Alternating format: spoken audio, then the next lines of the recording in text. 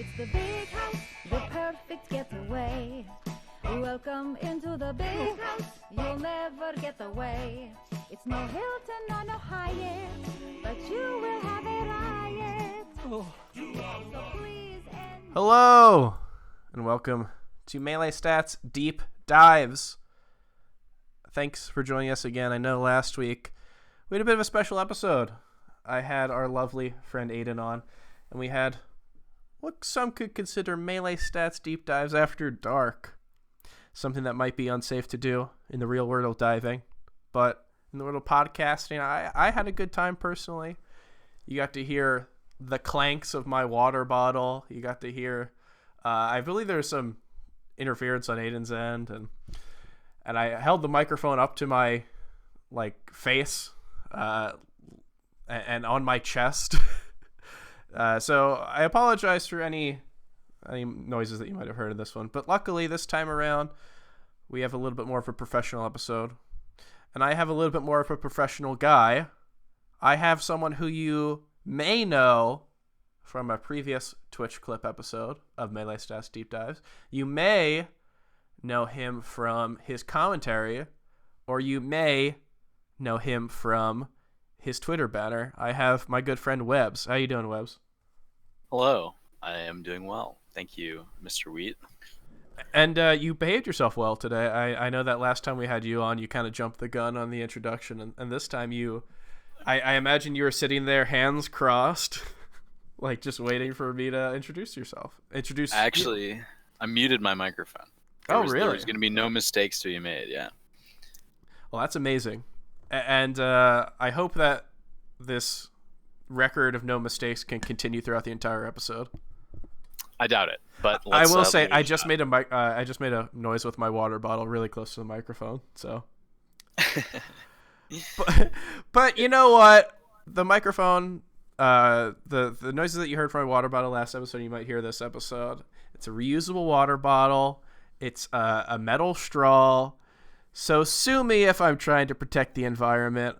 I'm sorry. I'm sure I could be using plastic stuff and burning it after the show, and that'd make a lot less noise. But here at Melee Stats Deep Dives, we care about the environment. So we also care about the Big House 9. The Big House 9 is coming up. It is going to be probably the second biggest tournament of the year.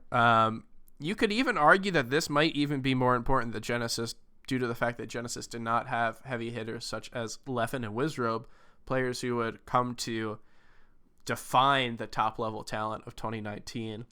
And Webbs, you are a connoisseur of the Big House, would you say? Yeah, I would say so. I have not missed a Big House. Well, I've attended every Big House since the Big House 4. So, missed the first 3, but that's because I literally just was not in the scene at that point, so... Sounds like excuses to me. Yeah.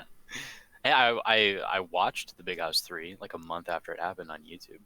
That's cool. It's one of the first tournaments I ever watched. That's a little trivia tip for you folks out there. You know, the Big House 4 is the first tournament the first major that I ever watched. Interesting. Yeah, so we're not too far off. You watched top 8 for it? I watched the entirety of it, I believe. Every single minute of every single stream. I had them all on. My eyes were propped open like in Clockwork Orange. It's exactly the reference I was going to just make as well. You were just locked in. Yeah. No, the first moment you saw. My connection to Melee is an interesting one. I'm sure everyone says that. No, I got in concurrent to Evo and MLG and Kings of Cali. A great time to get in. Well, here's the thing. I was an idiot. I didn't literally know that you could watch this shit live. And I watched the VODs because I didn't even know when they happened, so I didn't have a time frame of this just happened a week ago. But when I look back at it and I do the math, I was talking to my friends about yeah, people play this. It's really cool. While the time in Melee's history where the most high-level Melee was played in a concentrated period was happening, and I was just too dumb to realize that Twitch was a thing. But by the time Big House rolled around, I was a fiend.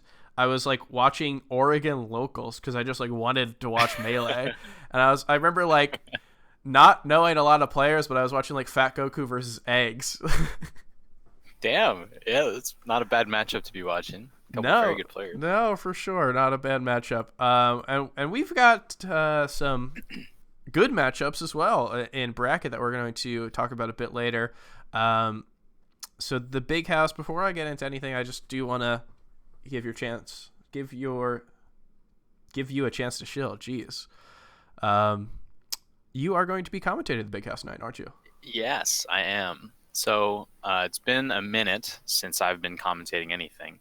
I've gone to a few like local Chicago events. The Hold That L series has had me, which has been nice. I'm glad that Unsure, Fluid, and the whole TOing staff, Curly Joe, all those guys, gals, and in between, have done just an amazing job. Yeah. I mean, here's one thing we're not unsure about: how great of a tournament series it is. Oh man, I don't know if I can continue the podcast after that. And aside from that, I went to Full Bloom, but the last big house was actually the last like true major that I commentated at. So it's been a full year, but I'm coming back around. I'm really excited for it. And what differences in your life do you think people will be able to glean from your commentary? What life events have shaped the way that you look at Melee? What, like, do you think that there'll be any noticeable difference? To be honest, I don't even know. Until I'm up there commentating. Yeah, true. It's a year is a long time. Maybe I'll look at Melee in a completely different way. Maybe I'll be a completely different commentator, and maybe I won't. You are a little scragglier, I believe. We'll see. Okay. Yeah. Yeah. Because I compared you to Ice. Is that why? Huh? No, Ice looks great in that picture. Ice does You're look just good. a hater. I'm not a hater. I describe it as a good look. For anyone who doesn't know, Ice is he is trying out some different looks, and basically I described it as, I guess when attractive people are around for long enough, they just decide, how bad can I make myself look while it's still looking good? And it's just a game at this point. And yeah, it still looks good. He looks like when they cast a Hollywood actor to play like a West Virginia, like he works in the steel mill and is Coal miner. Miner. Thank you. You got the coal miner look for sure. Yeah, he's got that. What's that? In Ben Stiller in Ben Stiller. In Zoolander? Zoolander. He comes from the family of coal miners, and he's like the hot one. This might be a little grittier. This might be if this is like a Sundance movie. Okay, That's how I see Ice's look. He looks indie like film. Yeah, he's like Ryan Gosling as a West Virginia coal miner, and in this movie they get some Hollywood actress and make her try to look like trashy, like like Kirsten Dunst suddenly is like trashy. But we're not talking about this hypothetical movie, which, patent pending. This idea is intellectual property of Melee Stats and Michael Weber. Do not steal. If you write a movie about a coal miner and they are hot, then it is our property. Movies about coal miners who aren't hot is still open reign. Hot is open to my interpretation as well, so. Yeah, true. Be careful out there. But we do have some hot matches coming up, I will say. Yes. Yeah. When was the last time we had this many top 50 players at a tournament? So we had a relatively good deal of top 50 players at the past few tournaments. Main Stage, Shine, and SmashCon all had really good showings, but as far as this many, probably not since Genesis. The thing is that Genesis, while having more top 50 and top 100 players than any other tournament this year, like I mentioned in the beginning, not having Leffen, not having Wizzy, it's like hard to grasp with, well, what's more important? Like what at the end of the year when we look at a tournament, was Genesis the biggest of the year? It's obviously the one with the most entrants. Or is the big house the biggest, or even something like Smash and Splash, which kind of rode that line of a lot of top level entrants and a lot of entrants in total. So yeah, it'll be interesting to see where like where we value what this means in 2019. Right. It just comes down to what emphasis you place on biggest, Mhm. or it varies too. It's not, biggest is probably just a bad way to look at it in general. You have to it's be looking hard. for a specific like metric. Yeah. You have to define what you value ahead of time. It's hard to use biggest as a metric because big is in the name of one of the tournaments. True.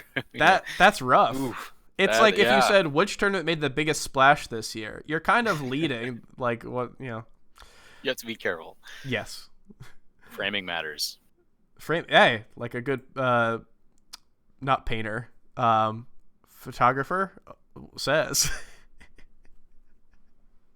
I like to think that Melee Stats Deep Dives is chronicling my slow demise.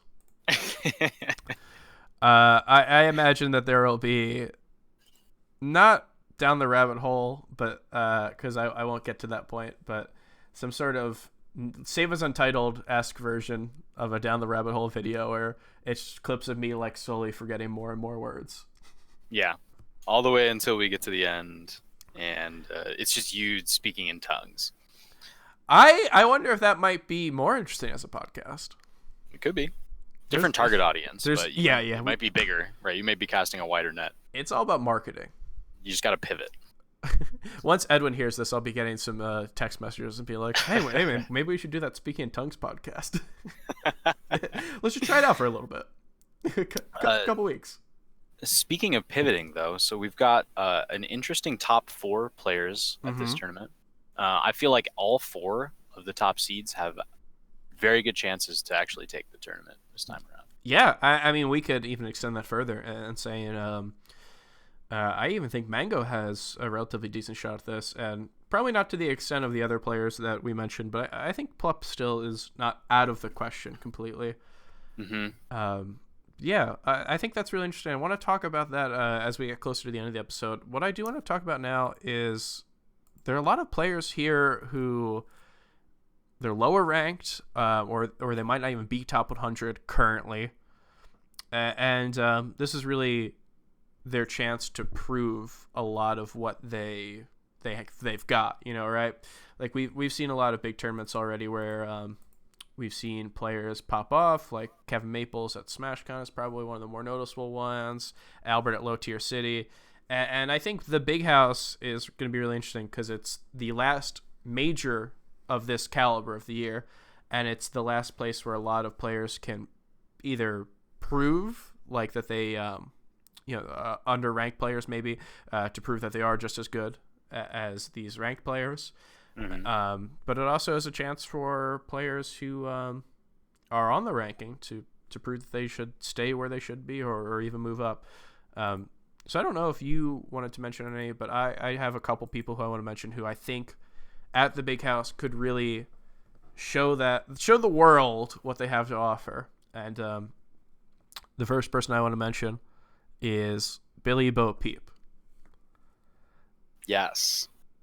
So Billy Bo Peep, his breakout tournament was Low Tier City 7, where if you listen to my preview episode with Edwin, I did call that he was going to have a breakout performance.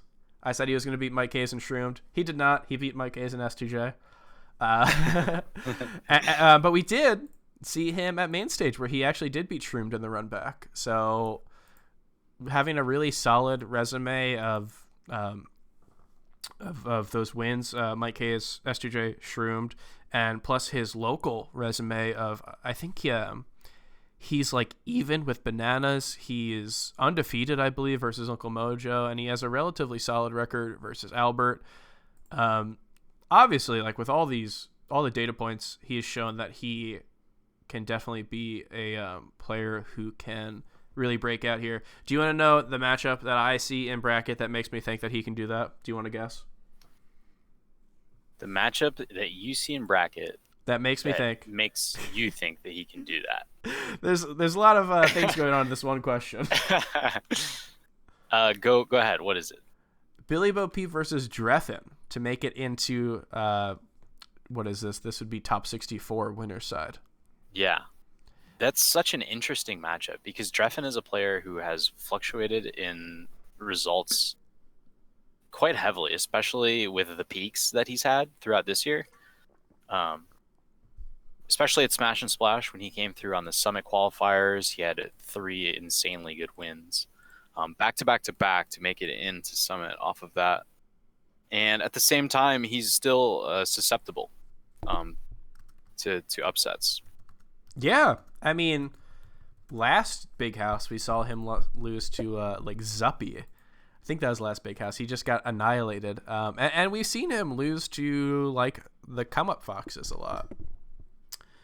I think there's some poetic justice, though, that I think the type of Fox player that Dreffin might be susceptible to, the young players, the players who probably grew up on like 20XX or even Uncle Punch, the poetic justice is that he'll lose to them and then he can make some jibe about, okay, I have a wife, I'm going to go home with her. Because like these kids are all like 16. All these like every Fox player who's 16 has a decent shot at beating Dreffin. You just have to be under a certain threshold of age, and have to have been playing for a certain amount of time, right? So if you started playing Fox at like 14, like you're looking pretty good to beat Dreffin at this point. Oh, for sure, yeah. But then he says, "Well, time to go back to my wife and kids." Yeah, he packs up his lunch pail, puts on his hard hat, and heads home. Yeah, and then you gotta think, okay, well, what does this really mean? who really won here? Yeah. But in the context of Melee, I think that is an incredibly doable draw for Billy. I don't really know how Billy does against Sheik, other than his sets versus Shroomed, and he has a couple losses to Nut, but I would still say Dreffin is a very doable matchup for him.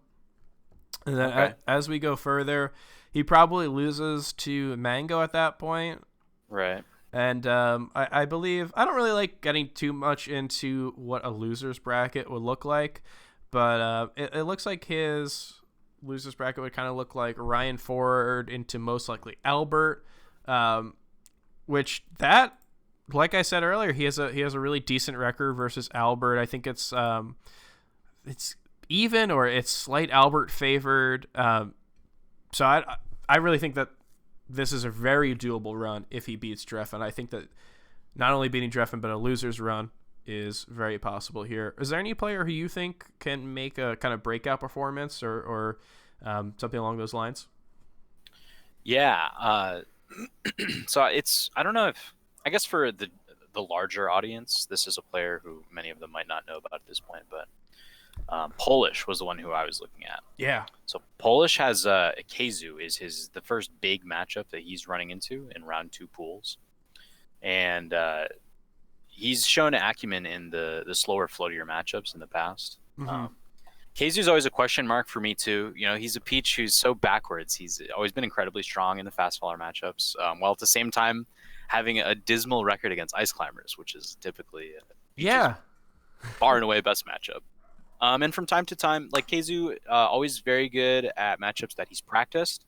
So, the old school Michigan Goon Squad, he had a lot of Samus and Puff practice, and he's definitely very strong about those matchups. But he's been susceptible in the past to struggling in the slower matchups, like the Peach Ditto, for instance. Yeah, so I mean, we'll see how Polish does.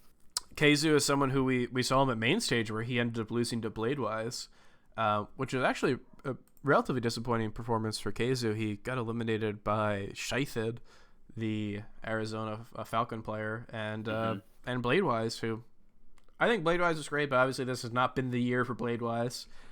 He's been a perennial top 40 guy, right? Yeah, that was the thing. That was the streak. Point. Yeah. I sent a sad DM the day the list was finalized. It wasn't even public. Oh my god, I hope PG doesn't hear this. Oh no. I sent a DM to Aiden, and I said the streak has been broken. No. So sad. It is very sad. I still think he's great, and I don't know what to say.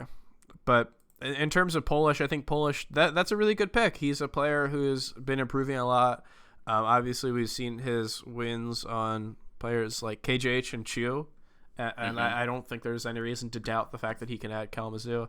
So I mentioned to you pre-show, off-air, that I had a miscellaneous group of players that I wanted to talk about. Let's just get into this right now. The miscellaneous group was one person, and the way that I described this was the label poor guy.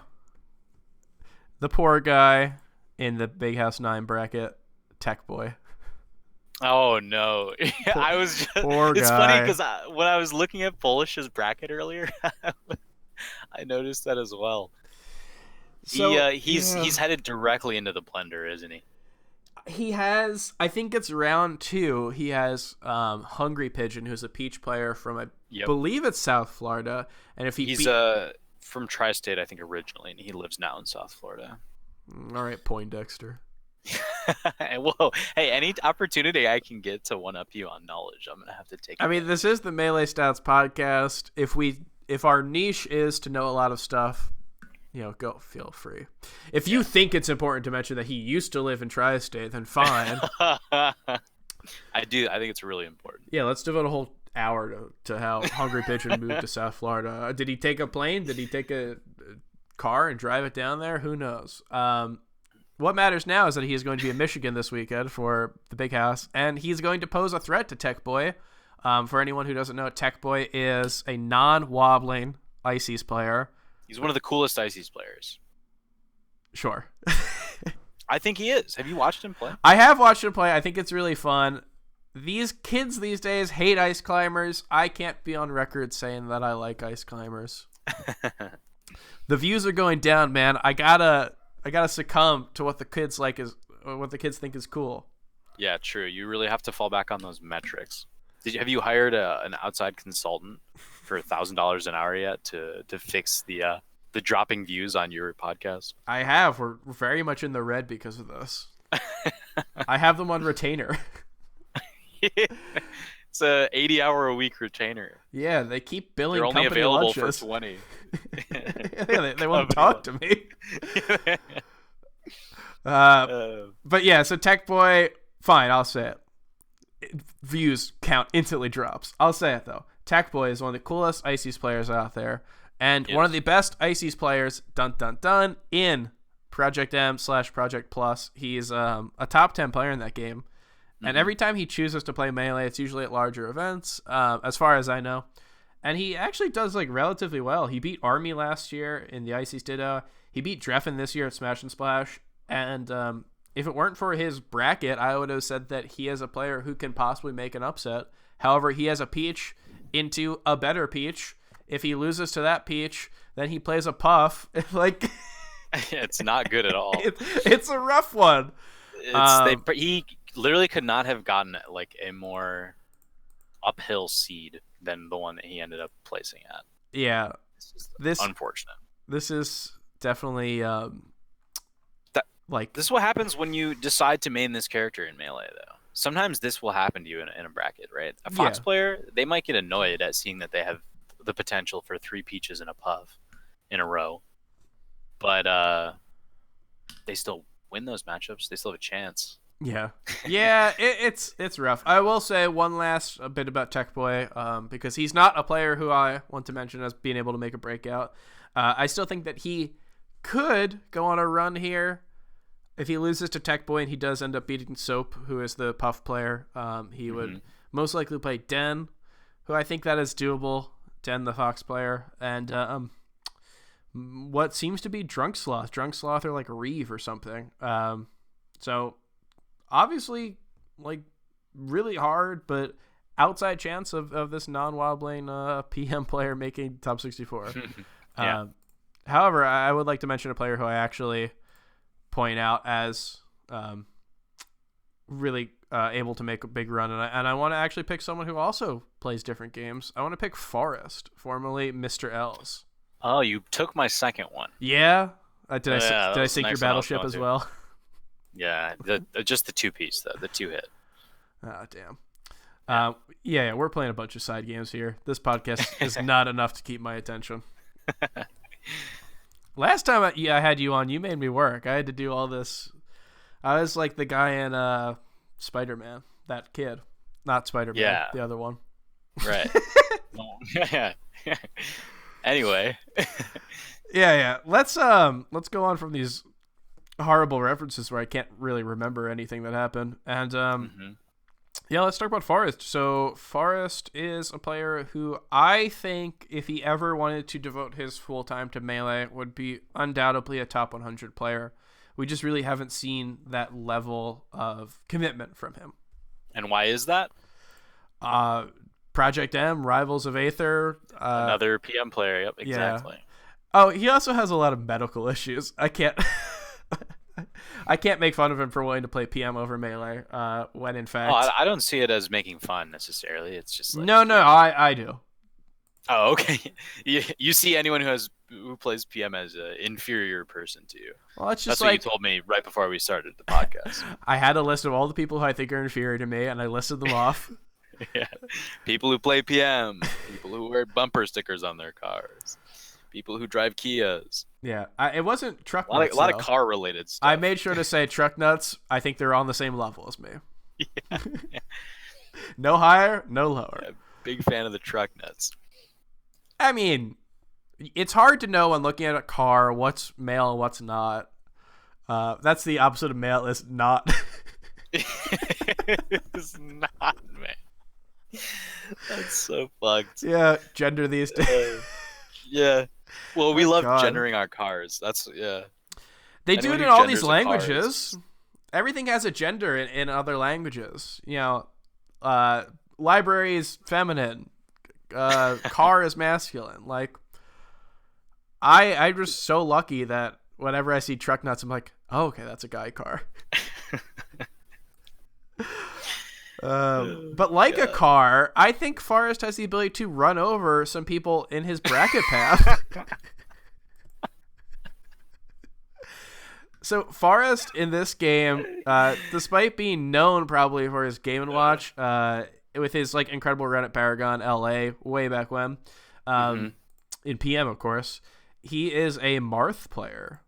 Yes. So what most people probably know him for in Melee is just his Marth combo videos. He's got some pretty sick Marth combo videos out there. Yeah, he certainly does. Featuring some wacky 20XX textures. He is a proponent of a Melee HD pack, which may or may not look good. Depending on your taste. Taste is subjective, of course. But yeah. So we're going to see him have a little bit of an interesting bracket. This is not the final bracket that he was maybe seeded to get, but because he's a man who's entering so many events, he kind of got jumbled around a little. So we see him play Hacks. Yeah. If Hacks ends up entering. I guess that we have to be really clear ahead of time. That is a big maybe. In 2019, Hacks will only enter a tournament where he has gotten his full 13 hours of sleep beforehand. The massage therapist has come through and rubbed each individual knuckle, bone, muscle, and nail on his hand. The therapy dog has to be a specific breed, purebred. Yeah. Hypoallergenic. Of course. And he needs 1.5 poppy seed bagels with the strawberry cream cheese that is from Starbucks. Only the Starbucks one. But the bagel can't be from Starbucks. That's the issue. The bagel. Yeah, it has to be a really nice bagel. But he likes the Starbucks strawberry cream cheese, and not where they spread it on for you. It needs to be in the little pack, so he spreads it because he has to do it. And once all of the stars align and everything's ready to go, only then will he bust the box out and show us how it's done, so to speak. Yeah, and if any one of these steps goes wrong, then we see Forrest in top 64 winners. Yeah. And even if they don't and he does enter, there's still a good chance Forrest ends up with the upset. Oh, yeah. I mean, he's a player who we saw him last year. I think he was positive on King Momo, which is really impressive to me. He beat Plups Fox at a local, which, take that however you will. But there's a lot of people who can't say they've done that. I can't say I've done it. Yeah, nor I. I could say I'd done it, but I think people would find out pretty easily that it's a lie. Yeah, they would see right through your charade. This is my... You would fool no one. This is the turning point on my Say It Was Entitled Down the Rabbit Hole video. It's like, he continued to say that he had beaten Plup. Despite clear and overwhelming evidence to the contrary. I just keep doubling down. look, I did it. He just forgets it. And all VODs were gone. Everyone who was there was looking the other way. Yeah. It was a 6-person round robin because not enough people showed up. 4 of the people went and got dinner, and Plup and I played a best of 9, and I won every game. Yeah, Plup then, he shook my hand. He said, "You're the best player I've ever played." And then we became best friends. I don't know what else you want me to say. Yeah. But yeah, so from Forrest, what do we see? We see he has Hacks. If he loses to Hacks, I think he still has a relatively good bracket. He plays Dark Atma, which is a weird one because that's I was trying to think about how I would assess Binion at this point. Has Dark Atma been entering locals in NorCal still? He went to, I think he went to that big one where they had money on the line. They had like a $2,000 the huge pot bonus that Dewan won. I believe so. I know that he went to the Golden Bear, which is a while ago, and he lost to Ralph twice. Are they still doing the Golden Bears? It happened this year where he lost to Ralph twice. But it's a little bit of a weird year for Dark Atma. He like the only major he's attended has been Genesis. Well, I shouldn't say that. I saw him at main stage. I don't know what he did. In fact, the only thing that I know he did related to Melee is he played some sort of race to the finish multiplayer game with YCZ6. Oh, okay. I know. Hey, he was telling me about that game. That sounds really fun. I don't want to get sidetracked on it. I would just want to say. No. I know he didn't enter Melee, so I really don't know what's going on. I will say that Forrest does have wins on players like Crudo and Sinbad in region, both solid Sheik players. And at MomoCon, I think it was this year, he ended up beating H12, which I think that's really good. So we could see him move further. And then, yeah, I mean, we might see Keizu at that point. We might see Polish. It's hard to say. But I think with the skills that we've seen from Forrest, even if he is not devoting his entire time to Melee, I think he's still a player who can break out. So we're probably good to move on. Maybe just 1 or 2 more people. Is there anyone else who you had on your mind? I know I stole one from you. Yeah. I've been kind of scrambling in the meantime to try to decide who I wanted to bring up next. Do you want me to give you one and pretend like you came up with it? No, I actually have a pretty fun one. Okay. I think Toph is going to have a good tournament. Yeah, I think Toph's going to DQ. You think Toph's going to DQ? I feel like I've done this before where I'm assessing Toph and I'm like, maybe he could do well, and then he DQs because he just wants to commentate, which is fine. It's actually true. He has commentary and he's entered in Ultimate as well. So I won't say that, but I will say that his matchups are looking pretty good because he's got a non-wobbling Bananas, and Toph's actually pretty good against Ice Climbers from what I've seen in the past. Yeah. He struggled a lot when he was more of a Melee competitor with like getting frustrated. Mm-hmm. I'll never forget his Big House 4 set against Borp. And he's got Kage after Bananas, potentially. Probably. So that's another matchup he could win. If Toph ends up entering and he's feeling good, if he eats his fruits and veggies and maybe gets an early morning jog in, we could see him in winner's side of top 64. Who knows? This depends entirely on a lot of different factors. He has to get the jog in, has to eat both fruits and veggies. So we'll see. I do want to kind of move on from these players. I want to shout out quickly. I think SB and Asafai both can do well this tournament. Oh, Asafai was another one who I was thinking of as well. Yeah, I was just wanted to mention him specifically because I just remember his first come up. He was a net player for a long time. He won the Michigan Arcadian. Started doing just really well in region, and we only ever see him at big tournaments at Big House, which we're fortunate enough for him to be local to it, because it doesn't seem like he would travel at all otherwise. Yeah, so he actually went to the second National Melee Arcadian this year, and that's right, he did solid. He did okay. Damn, this tournament is so interesting. Second National Melee Arcadian because everyone who I think is so good didn't do well. And there are players who did well, who are good, and there are players who I think are good, and they end up doing well. But, if you gave me Asafai and, he lost to Zio and Albert. What the hell? For 33rd. I'm saying the National Mayor Acadian, you can't like. Yeah, It's just a clusterfuck. it It's just is. everyone is so good there, and everyone's trying so hard because it's like the breakout. It's like, oh, there's no top players. Yeah. So it's impossible to predict. Like 33rd losing to those two players, that's like the same as a national. Yeah. You could get 33rd losing to those two players at so many nationals. It'd be an incredible performance. You'd be You like, wow, definitely super. Yeah, it's nuts. Yeah. So, Yeah. yeah, very respectable performance there. What I want to point out from him is that he actually did attend. I think it was here be mid tiers. He attended a tournament recently where he ended up double eliminating Koyashi, which I think is really impressive considering That's super Koyashi impressive. had like Zamu, Slacks, like he had a bunch of wins recently. Yeah. So yeah, I just want to mention Asafai. I think Asafai's bracket is pretty doable. I believe he has Panda, who is another up and coming player. He's a Fox player, spends some time in Florida, spends some time in Washington. I think either of those players, actually, whoever wins that, can make a pretty deep run. But I want to mention a player who you brought up because I want to talk about players who have a lot to prove at the Big House. The Big House is kind of their tournament to set people's minds. And the player you mentioned is Bananas. I think Bananas is the player who has the most to prove at the Big House. He's a cool storyline for sure this time around. Because last year, it was a year ago, where he had his massive performance and really thrust himself into the national spotlight. And he's clearly continued that going forward, but with the rising call for wobbling bans and it actually being instituted at tournaments like this very one that we're talking about. Yeah.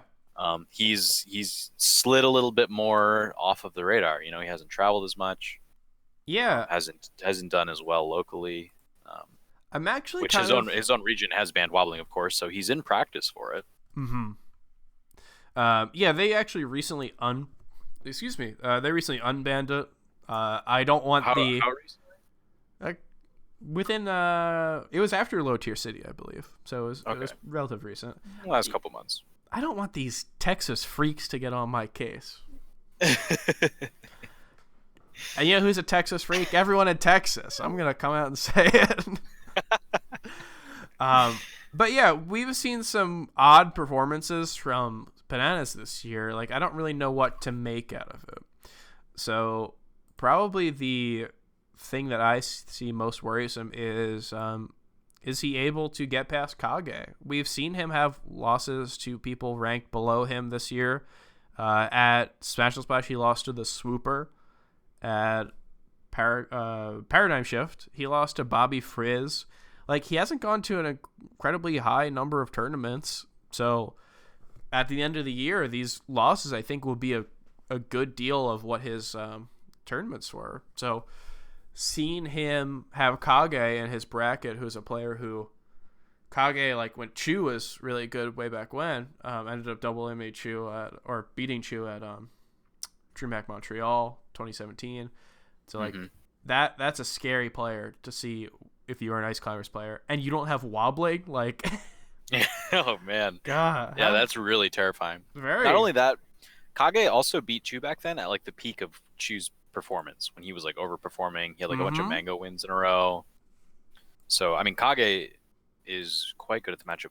Although, doesn't Kage have a recent Ice Climbers loss too, though? Yeah, at the last DreamHack Montreal. At DreamHack Montreal, who beat him? Was that Lunar? It was Lunar Dusk. Lunar Dusk? Yeah, it was Lunar Dusk. Jean-Christophe himself. The man. The guy who kept asking me what place he'd need to get at Shine to get top 100. He asked me like 3 times. And shooting for that top 100 spot.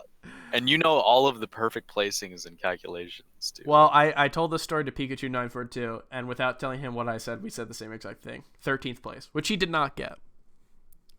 I made a Faustian deal with him. I said, if you get 13th place, you'll get top 100. I like that you and Pika both came up with that independently. That's pretty good. Yeah, we're quite the duo. Kind of like Ice Climbers. Oh, very nice. We'll give you a couple of parkas for the next East Coast tournament that you go to together. That'd be beautiful. Yeah. Do you want the blue one or the pink one? We got to size these things ahead of time. Blue is my favorite color, but gender norms and all, they're fun to kind of break. So I'll take either. I think Pika and I are similar sizes. One person will fill out that parka more than the other, but I think we're similar sizes. All right.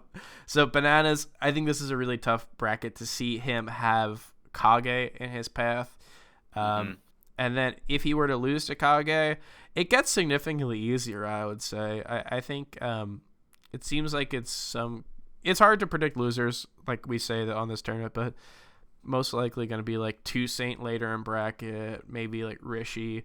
I think we might see something that we've seen at almost every tournament he's been to, where he gets upset in winners and then has a relatively decent run in losers. Like at Genesis, we saw him lose to Bimbo, and then he ends up like beating Mewtwo King.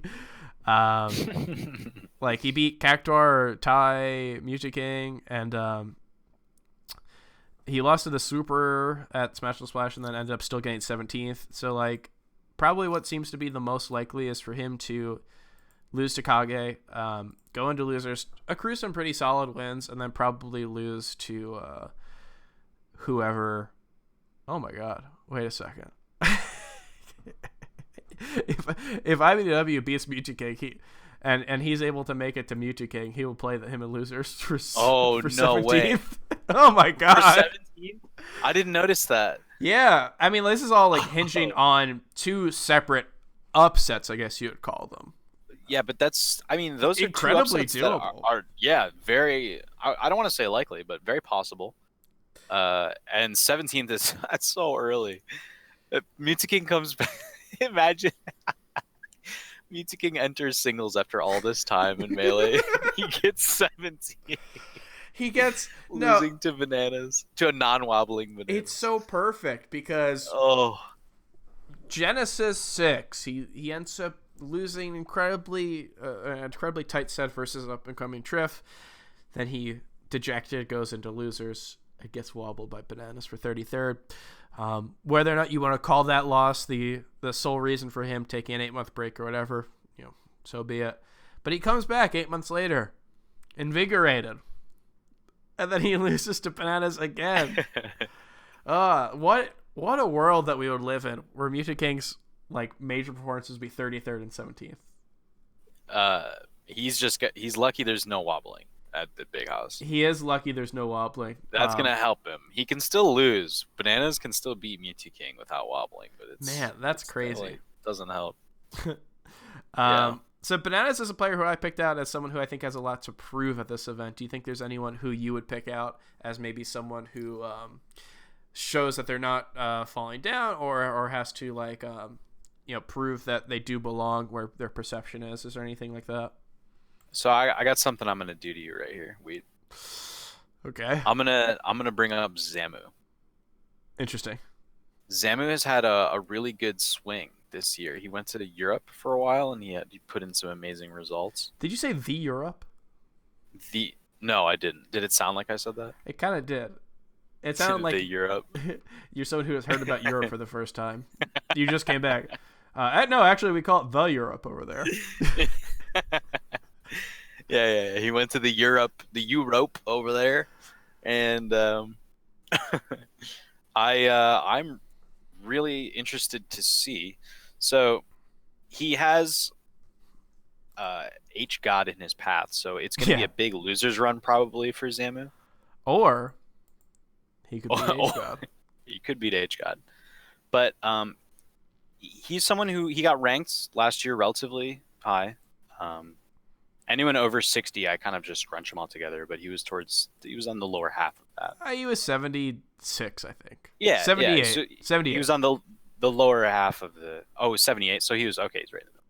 Either way, and he's had like some questionable results in the meantime. But I definitely feel like he has some momentum going right now, and I kind of want to see him put in a good performance to kind of solidify his place as one of the better foxes who has risen in the last couple of years. Do you want to know my opinion on Zamu? I do, yeah, I really do. A Zamu expert, some could say. You are. Some could say I am the the greasy manager that saw Zamu at a mall and said, "You're going to be a star."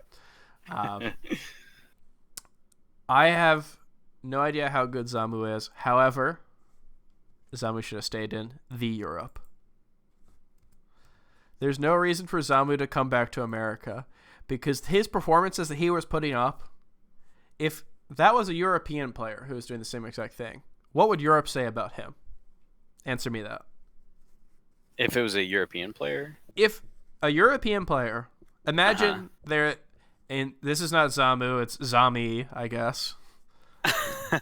I feel like European players love to have an I at the end of their name. So this is Zami. He's European. He's Dutch or some shit. And he gets this, he wins over Triff at Awakening. And what else did he do? I think he went to Fed. I don't really remember his performance. But yeah, I mean, we've seen good performances from him when he was in Europe. If this magical Dutch Zami gets these placings, what do you think of this? What do you think that Europe would say of him? Of like where they would be ranking him? Yeah. Where they would rank him in Europe or globally? Globally. So Zami gets 5th at FET at Fate, and then he wins Awakening over Triff. Where does Zami get ranked? Like 15 according to Europeans. Yes. Why would you ever come back to America?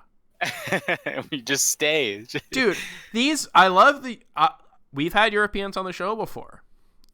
I am going to take a pro-Europe stance. I don't know what I'm getting myself into when I say that. All right. Yeah. I'm excited to hear what's going to follow. I agree with Europe in all of their decisions. Past and future.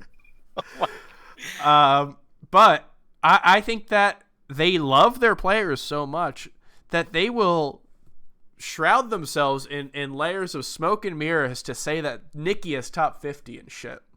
Yeah. Which, if you are in Europe and you are putting up those results 5th and 1st at 2 large European tournaments, you just stay there. You take all the pounds or whatever that you won there, and you just find a little bungalow in Nice or some shit, and you just sit there when people call you top 20. Because now what happens is you come back and you lose to like Rick and Magi, and I'm like, I don't know where you are. 70 maybe? 60? Like, I could tell you're an expert on Europe.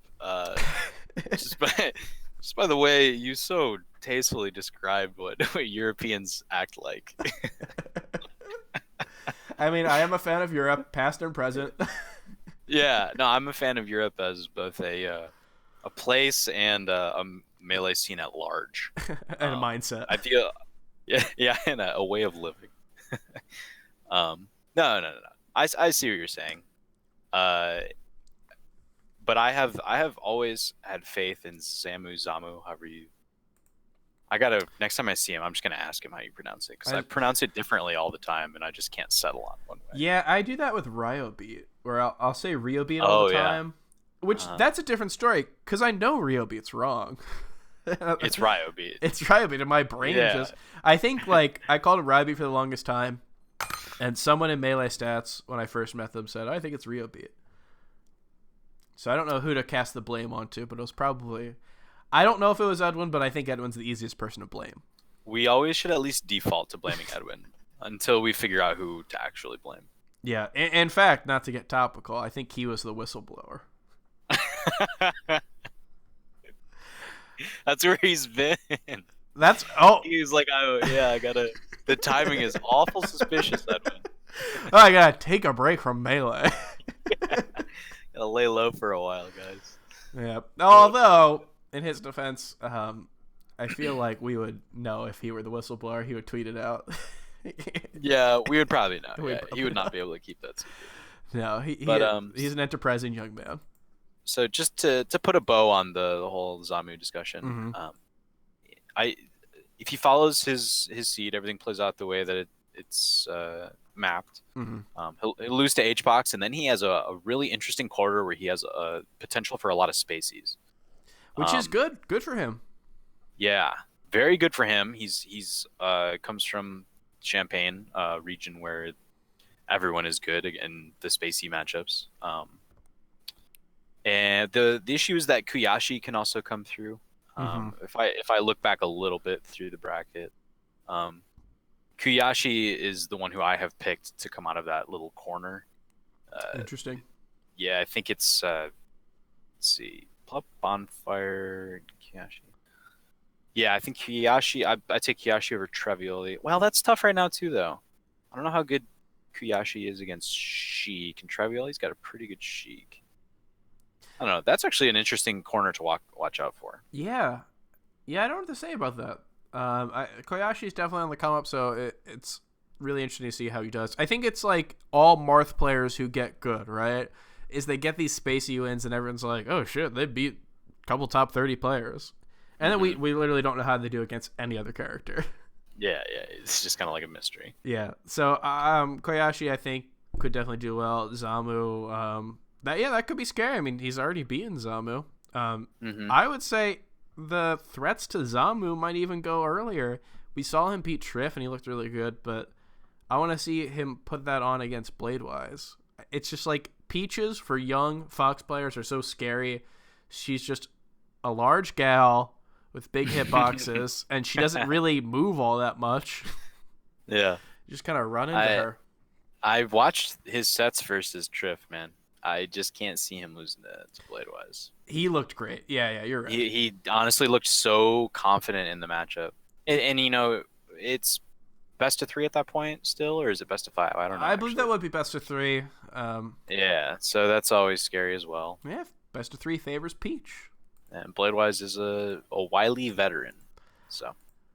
Yeah, Wily Teddy is what we call him. Of course. Yeah, I think Zamu's a wonderful pick there because Zamu, right. This is like, let's try to form these question marks that I think about Zamu into like an actionable rank for him. I guess like that's what the Big House is to me, is like seeing what he does and saying, okay, like is his European stint, is that showing how he will do further into the year? Or is that just kind of like a weird outlier? But we will see.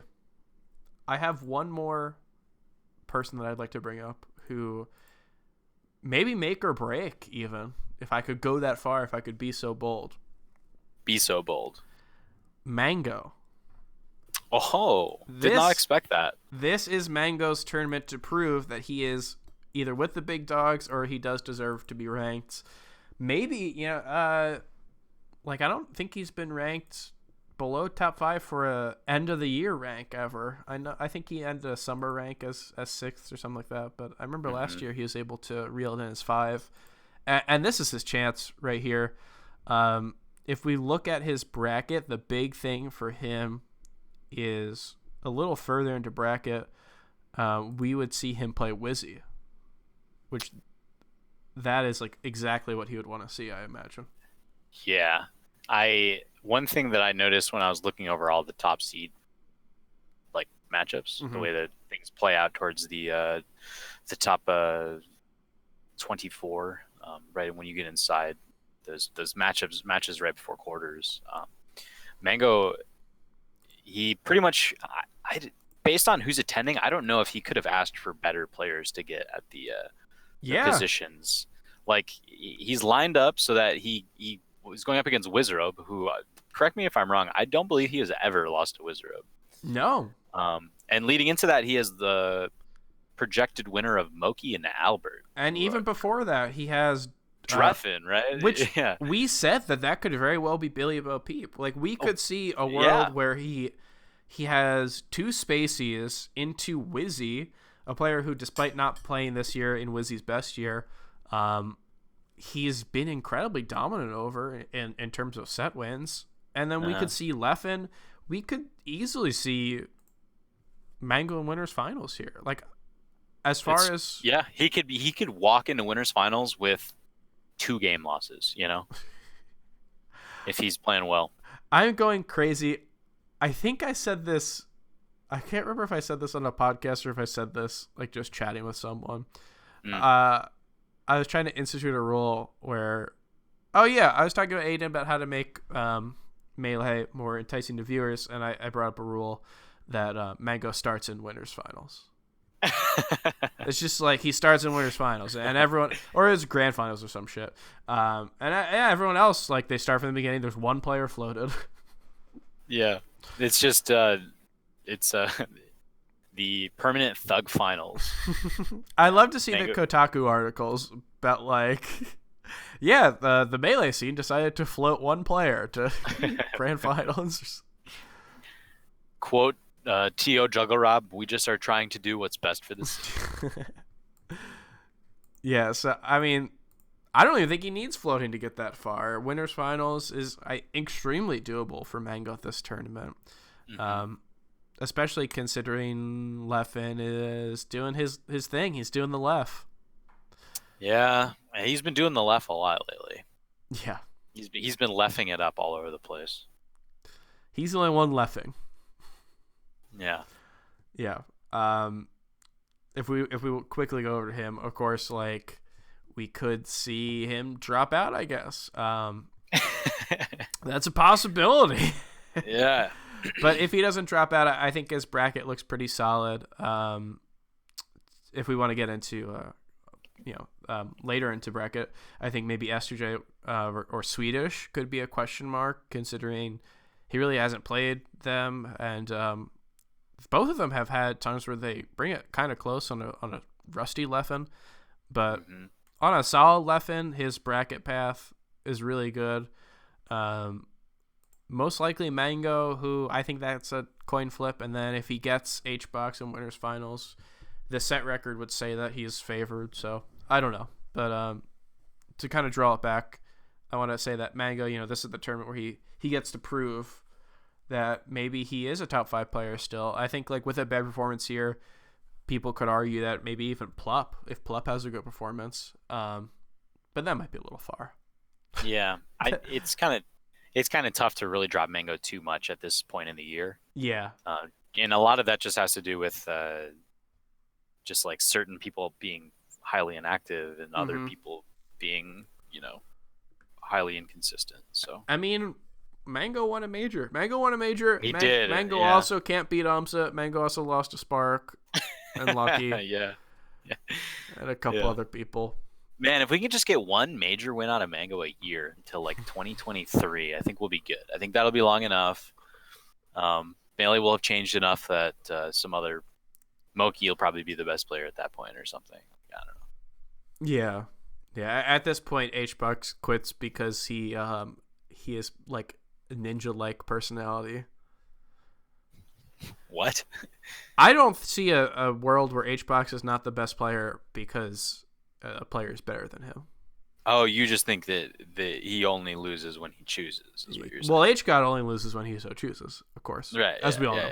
Yeah. Of course. But yeah, I don't see a world where Hungry Bucks, he's, like, kind of disgraced and is third best in the world or some shit like that. Even though that could have happened this year. I don't think that how God's dice roll out. What the fuck is that? Here, let me break it down. All right. Thank you. Here's how I see how it is with H-Box. At this point in the way that Melee has developed, the consistency that H-Box has achieved is highly unlikely to be outmatched by more than 1 or 2 players at a time. Okay. Does that seem good? I'm with you so far. Is there more to this? No, that's just like the high level idea that I was laying down. Oh, okay. I buckled in. I thought this was going to be like the web No. I was trying to summarize. All right. To be succinct is the idea here. Well, I will say one thing is that we're not being incredibly succinct in this, so let's move on. Okay. I think Mango has a lot to prove, and I think with this bracket, I think that it is extremely doable for him to prove that he is an incredible player. I want to mention some quick matches really quickly, because that's how you mentioned the quick matches, was really quickly, that I think are really cool.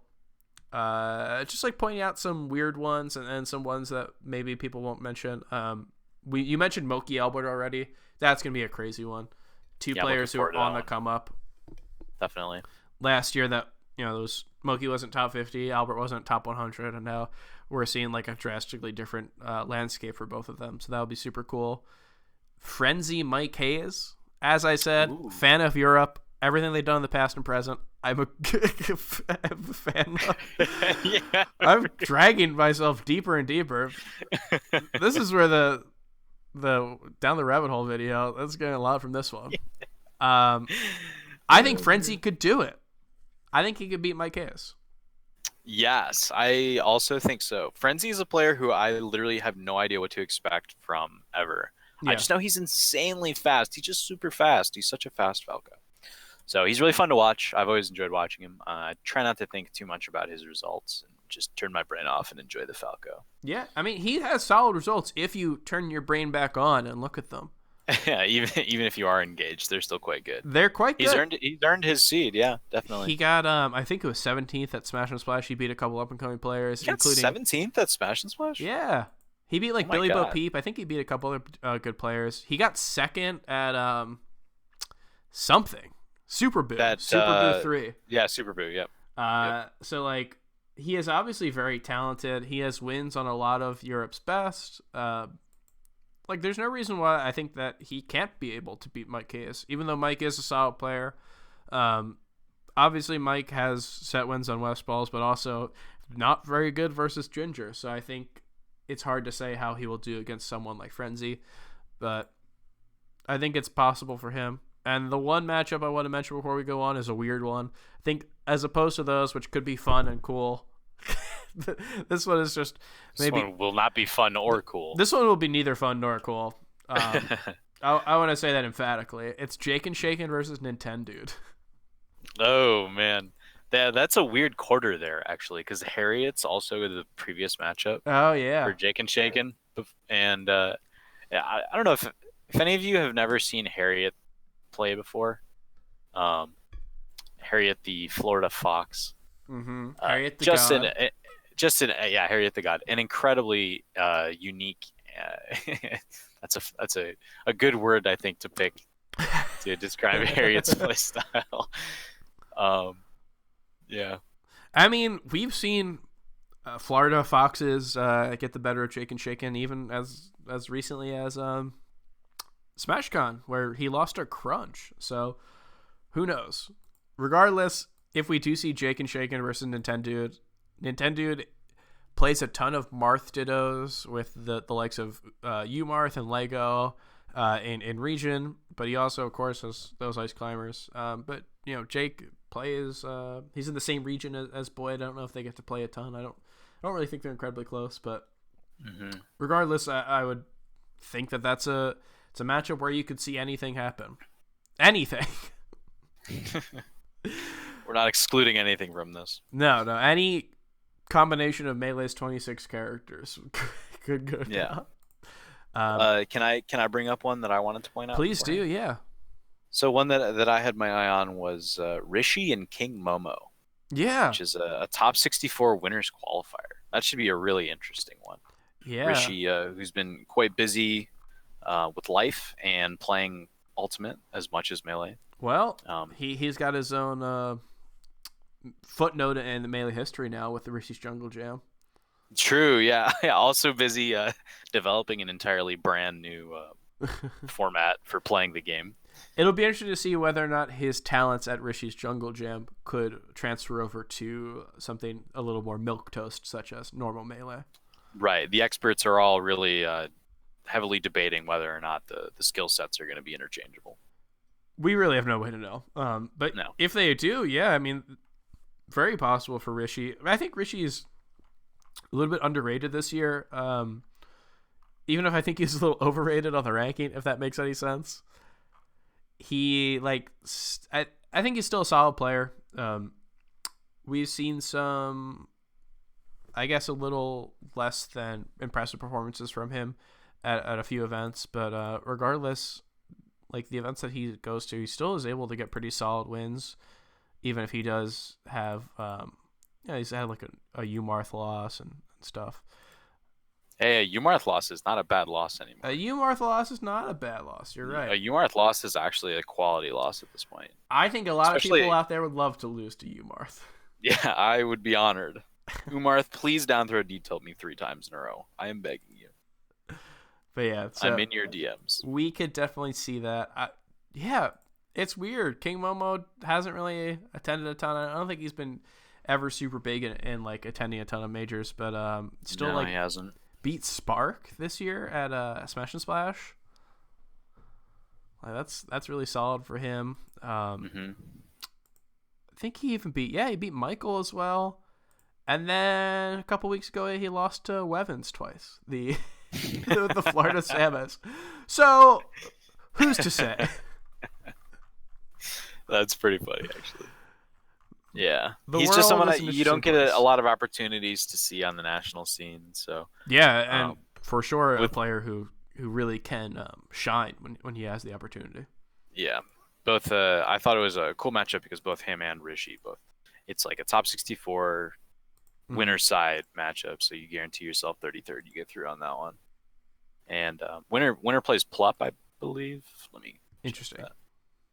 Yeah, it is Plup. So unlikely that they carry through winners, but still all the same. Just a good matchup. One to watch out for. Yeah, I think that's a cool one. Is it as cool as the ones that I mentioned? Probably not. Even the one that I said is neither interesting nor cool. Even that one. But yeah, we'll see. I want to get into the big dogs here. And I'm not talking about the therapy dogs. I'm talking about the top seeds. Mm-hmm. So we mentioned earlier that this is a tournament where a lot of the top players are attending. With the exception of Amsa and Axe, I feel like most of the top 20-ish or so. Obviously, there's some people in the top 20 who aren't attending, but I think those are the big ones. But other than that, it seems. I think we're only missing Amsa from the top 10, right? And Axe. And Axe, yeah, of course, yeah, Amsa and Axe. You just said it literally right before that. Podcasting is hard, both from a host perspective and a guest perspective. A lot of information to keep straight. Ones and zeros. You're a code man. You should know that. Yeah, I'm typing ones and zeros into my computer all day long at work. That's how you get to each website. You just, Smash GG, how many ones and zeros is that? Let me just think. It takes me 20 minutes to type the address into the URL bar. Yeah. Hey, Weber, we need that document on our desk on our collective desk by the end of the day. All right, let me pull out my keyboard with 2 keys on it. No, my boss has a hive consciousness, by the way, just so we're clear. Yeah. I mean, we were talking earlier, and I hope this is okay to share to the listeners. We were talking earlier that this night might end in a water bottle being bought. And I want to say maybe you get a water bottle that has binary code on it. Maybe. I don't know. I got to buy a water bottle. This is some pact that you unknowingly walked into, I guess, is that you have to buy a water bottle today. Yeah. Well, I don't need one, but I have to buy one. You know what I mean? Yeah, there's a difference. And you do have to buy one. Yeah, I have to. Man. Do you want to attack top 16 here then? I would love to attack top 16. All so... right. Do you want to start off? Is there any particular one that you want to pick? I really like the Zane Ginger matchup, actually, in quarters. That is probably one of the worst ones that I think you could have picked, but let me hear why you like it so much. Oh, really? You think so? I think... It's not... No, it's... First of all... Yeah. Hold on a second. You're jumping all over me here. It's not about looking for the match that has the biggest upset potential, or where I think necessarily that you might see a really close match. I think it's one where you learn a lot about the players. Interesting. And Zane, going forward, let's see, what was the MDVA tournament where Zane and Ginger played earlier this year? That was the script. 2. Was that the script? The second one. That was right when, Ginger at the beginning of this year, that was when he first has just exploded in results. He had that big placing at Genesis, and then followed it up. Even though his Genesis, performance, he didn't play a lot of players who were ranked higher than him. He still won everything that he played up until that point. He didn't get upset. He played through it. He just played the matchups that he got 7th. And then he carried through and he got second at the script in a pretty impressive fashion as well. So the reason I'm looking forward to this one is I want to be able to look at the sets he played versus Zane at the script and at this tournament and kind of gauge the differences. Because Zane's a player who you don't really see a lot of in between tournaments, but you do see a lot of changes to his gameplay between tournaments. He really actively works on matchups, and it's part of the reason why he's grown so rapidly as a player. Yeah, but Ginger's someone who does that as well.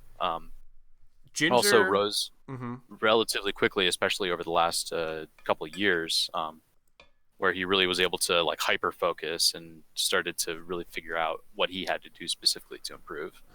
So I think those are two players where you'll be able to see tangible differences between a set earlier in the year and now later in the year, and it's just really cool to be able to pick those types of things out. I want to agree with you. This is like firing someone, I guess. You say something nice and then you say something mean. Yeah, mean. Yeah. That firing is mean. I agree with you in that Ginger is a player who you see a lot of practice and studying in. I think when you look at him play versus the top players, there's obviously a lot of care that goes into all these matchups. And it's really cool to see the level of preparedness that he shows still doesn't make up for the adaptability of these top players. Like you see him play Amsa, Leffen, Axe. He all does really solidly for the first like 3 stocks or something. I see what you're saying. Yeah. So not any knock against Ginger. I think that's an incredible thing for a top player to have, and I think that going forward that's going to be really important. So I do agree with you there, and I will disagree with you on it being interesting because we actually saw this happen recently. It was a 3-0 at Smash Camp, end of summer. What? Zane Ginger? Yeah. Yeah. This happened already.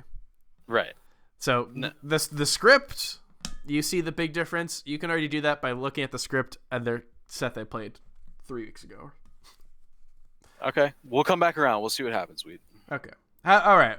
I'll do another thing where I agree with you. I'll do the agree, disagree, agree sandwich. I agree it'll be a fun match. I think their Twitters will be good afterwards.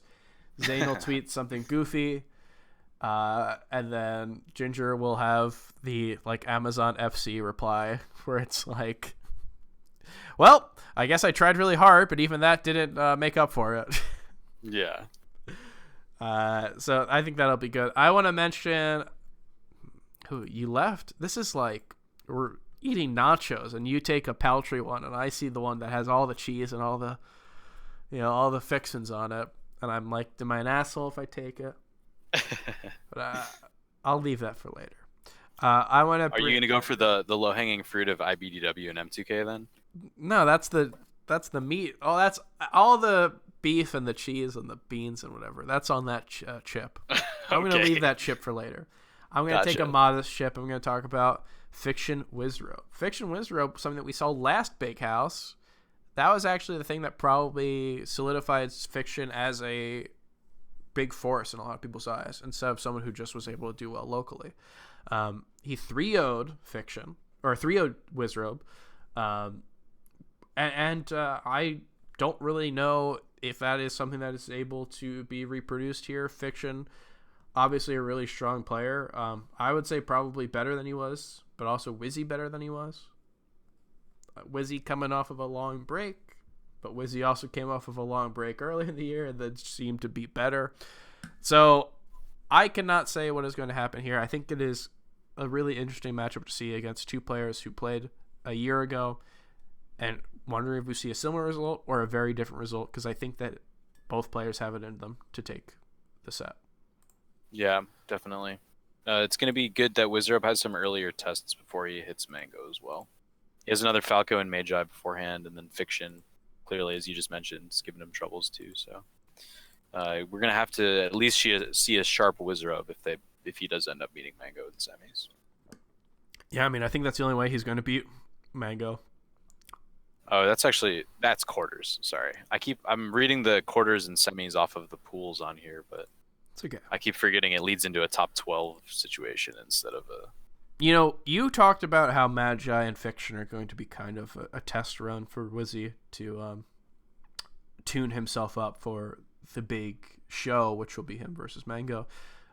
This is your test run to tune yourself up for the Big House commentary.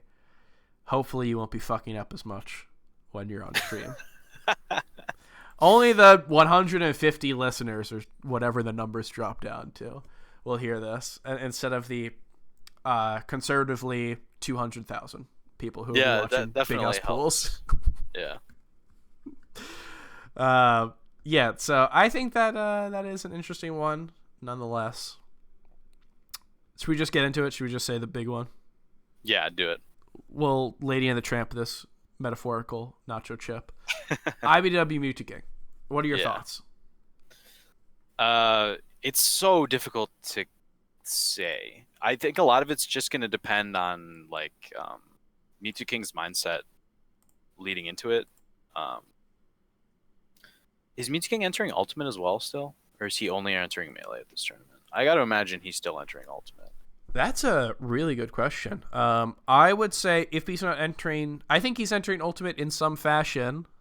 My guess would be if it's not singles, it's Squad Strike. He's a Squad Strike nut. He's all about it? He loves Squad Strike. He's tweeted multiple times about how more Major should run Squad Strike. He's saying that Major should run Squad Strike instead of doubles for Ultimate. Wow. Well, okay. Find 2 additional people instead of just 1. he actually he is entering, it seems like it's Melee singles, Melee doubles, and Melee crews. So he is foregoing Ultimate entirely at this event. Oh, okay. All right. Which I think fares well for him. That changes a lot of things, actually. Yeah. Damn. Okay. IBDW is coming into it with a lot of excuses right now. He's got the sick Johns on deck. He's talking about how sick he was the other day. I saw that. He's got a lot of stress in general. It's another healthcare scare earlier. I remember he was tweeting about being unwell during Shine. Mm-hmm. Stress in the form of financial insecurity. Tweets about that quite frequently. But all that said, he seems to do even better when more stress is heaped upon him. So I honestly don't have a lot to say about it, except for that it'll just be really telling and interesting as to what the results will be. Yeah. So, Mewtwo King, obviously, he has played IBW before. I think they played at the last Smash and Splash. So Smash and Splash 4 last year. And this is the first time that he's played IBW since IBW's really popped off. Definitely. And it's just it'll be really interesting to see IBW. Although we might not have seen this from his results, I think he came up as someone who was incredibly good versus Marth. When he was lower ranked, wins against La Luna, and sure there are other players, but I can't remember anyone else. But it's I remember him being really impressive versus Marth, and as he got better, I don't know if we've seen him versus Zane in a tournament set that showed he has what it takes to be quite at that level of just entire Marth Slayer. So I think he had that set against he beat Spud at that Australian tournament. Yeah, Spud. I mean, he's beaten Pew Pew before. Well, I guess that's the question, right? Where is Mewtwo King? Is Mewtwo King Zane level? If Mewtwo King's Zane level, that might be tough for IBW. If Mewtwo King's Spud level, Stango level, Pew Pew level, yeah, I think that's extremely doable for IBW. No, we have no idea where Mewtwo King is right now. It's a complete and total mystery. We don't know. Yeah, I struggle to even come with a prediction. My brain says IBW, and my heart says IBW. Same. Yeah, I would love to see just a really clean 3-1, but a comeback game 4, so he doesn't have to go to game 5 against Mewtwo King. That would be so sick if he had an FD 2, a 3 stock to 1. Mewtwo King's at high percent, and then IBDW just Yeah. That'd be dope. I would say it's cool, and in that scenario, we still get to see Mewtwo King on FD. Always a treat. Well, if you're gonna be playing Mewtwo King this deep in bracket, if you win the set, you're gonna have to at least see him on FD once. So True. Just gotta endure it. Yeah. So I think that'll be fun to see, regardless of the outcome. And then the winner plays HBox, which might be a little bit of an interesting one. IBW, similarly, I don't know if he's lived up to his status as like HBox Slayer ever since that Summit event. Mm-hmm. But still think it's possible. You know, I don't see there's any reason why not. He seems really confident in his ability to beat HBox. A lot of other people feel like they almost are like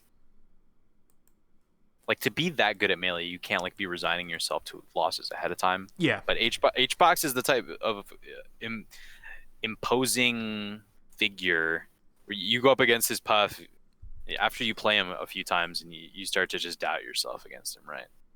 It just seems like an insurmountable obstacle, but IBDW seems incredibly confident in his ability to beat him. Yeah, I mean, he's shown that he can do it. So he said that Puff is his best matchup. Yeah, his admission. Yeah, I was talking with him. I was talking at him. He was just standing there. He was. His back was turned towards me. No, we were chatting at Pound this year, and this is before he ever played HBox, and he said, "Yeah, I want to play HBox because I know I can beat him." And I was like, "Okay, all right, man." But he is incredibly confident of that, and the set that we saw from Shine, obviously, like you said, at Shine he was feeling sick, but it's up to him, right? It's like once you set that as a goal and then you complete the goal, it's hard to have the same motivation to continue at the same goal. Yeah. So it'll be interesting to see whether or not he's able to continue to beat HBox, or if it is something like all of his will was saying, "Oh, I want to beat HBox," and then when he did it, obviously, or suddenly became not as big of a commitment to his time.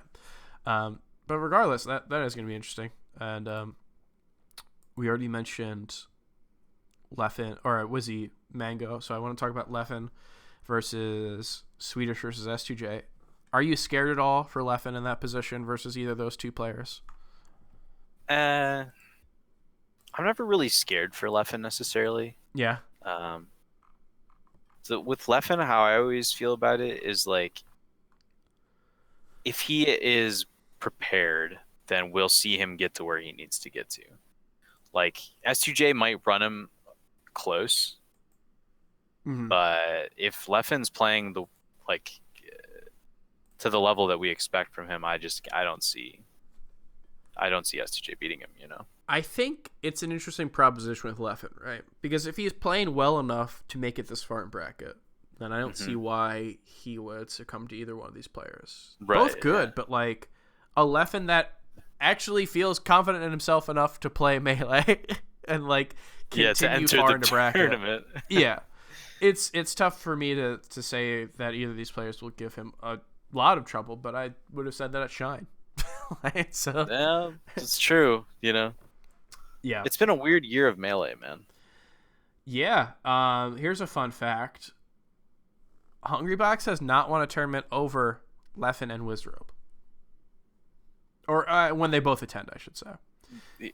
So when all three of these players have been at a tournament, HBox has not won that tournament. Mm-hmm. It hasn't happened a lot, but Smash and Splash and Get on My Level and Summit, I believe, were the three. And HBox has lost all three. Interesting. And I would like to say another fun fact. Leffen has not won a tournament where I attended. You're not going to Big House, though, right? I'm not going to Big House. So I think that we'll find out, if I'm the Leffen voodoo. Imagine if he wins now. At what point do you start drawing a line of causality? Well, it's a 2019 thing. I was at Evo where I saw him win. Oh, I see. So this changes each year. Yeah, it'll reset. Yeah. Big House is the last one we have to worry about. So you're not attending. Left's fine. He's doing great. Man, I was a doe-eyed young 22-year-old attending Shine 2017, and I said, maybe every major I go to, HBox won't win. Maybe I'll have something inside of me where I don't know, some kryptonite in my blood.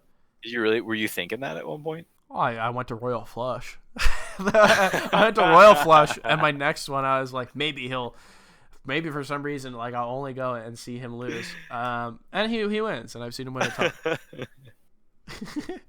I don't know what inside of me thought that, like, I was old enough in the sense of a human, and old enough in the sense of someone in the scene, to believe that he could win. It was statistically likely that he was going to win a tournament that I went to, and also old enough to not believe in, like, whatever voodoo curse I thought that I was inflicting on him. Yeah, well, I'm not sure what gave you that idea or that thought that you had this gift inside you, but gift or curse, we don't know. Yeah, right. It goes both ways, I guess. Yeah. Yeah, who knows? What might be a curse is Plup being in Zane's bracket. Ooh, Plup Zane. So that's what we're going to see as the other winners' quarters, as Plup Zane. Something that really hasn't happened in a while. But the last time we saw it was at Summit, where like a dejected Plup ended up losing to Zane. Yeah, that almost, I don't even want to like recall that set. Yeah. There's nothing worse than when Plup is playing the game and you can clearly tell he doesn't want to be playing the game. Yeah, it's kind of rough. I mean, anytime that happens, but it is probably more noticeable with Plup. Yeah, he's quite animated. Yeah, you notice it in players.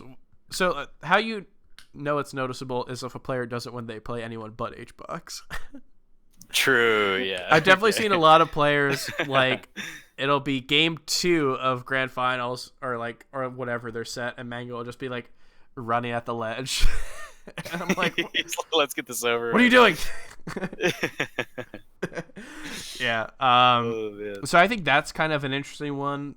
Plup historically favored against Zane, but maybe on a little bit of a downswing. We really haven't seen like tryhard Plup in a long time, though. I mean, is Summit, right? It was Summit. It was Summit, and even then he got 7th, lost to Mango, HBox, and Zane. It's been a sparse. Big House. It's like a clean slate almost for a lot of these players because we just haven't seen so much from many of them throughout the year, or we've seen them in limited capacity, or it's just been such an off year as far as the big tournaments are concerned. But at least we're getting this. At least I'm excited that Big House is doing so well as far as number of top players who are attending, because we are bookending the year, right? We've got Genesis at the beginning of the year, and we've got Big House at the end of the year. So we're still getting a good look. It's it reminds me of like back in the day when I was in 2014 watching Melee. It's like Genesis or Big House. Genesis was around 2014. Big House was the final thing, and now we see summits popping up, of course, and even then, like Don't Park on the Grass or like GTX and stuff. Like a lot of stuff actually ends up coming after Big House. But this year we're probably going to see a lot of more of a sparse landscape. So what happens here does matter. No, Don't Park this year. No, Don't Park. And I don't know how big GTX will be.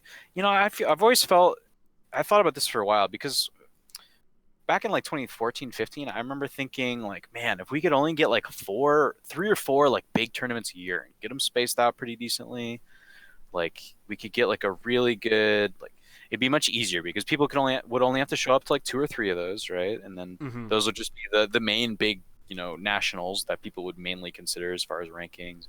So it'd be much easier to like track just like the top players, and just kind of like gauge where everyone's at. And I always thought it'd be really interesting, but I always thought, well, if you did it, how are you going to split it up?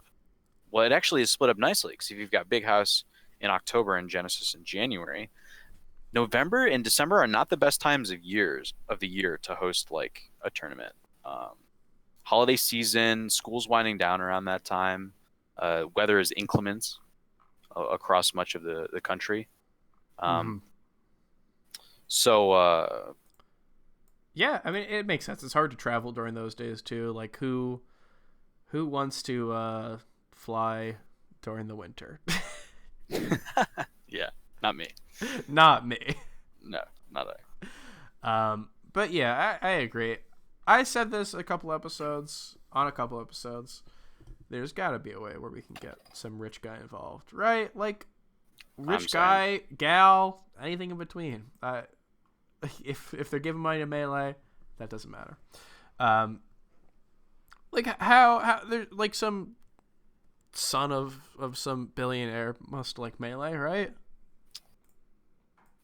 I guess not enough. Apparently, we got to get them to like it a little bit more. You know how mobile games target their like strategy is to target whales. You know, the ones where they have microtransactions. A whale is somebody who will spend thousands and thousands of dollars on like a mobile game, basically. Mm-hmm. So the idea is that you just like incentivize these types of players so that you might have this huge player base, but like a small fraction of your player base is where you're making like a big percentage of your revenue from. All the people who are willing to spend all that much more money. So we need to have like some kind of hook that gets like these like rich kids to spend a ton of money on Melee. We need microtransactions for rich kids who are watching Melee is what I'm trying to say. Yeah, I mean, we could all just get on Cameo. Cameo? Yeah, it's when you can pay someone to like say whatever you want. Like you pay like $200. Oh, that's what that service is called? Yeah. You pay $200 and like Patrick Warburton says like you mad, bro? Yeah. I guess. Well, I don't know. Let's get Mango on Cameo, right? That's the solution here. I think Nairo's on Cameo. No way, really? Last time I talked to you on the episode, I mentioned that I watched an Ultimate stream. I don't watch a lot of Ultimate streams, but I was watching a Nairo stream because I had nothing to do. I remember we talked about this. This is a different time. Really? This was more recently because I had nothing to do, and I turned it on. I talked to somebody about this before.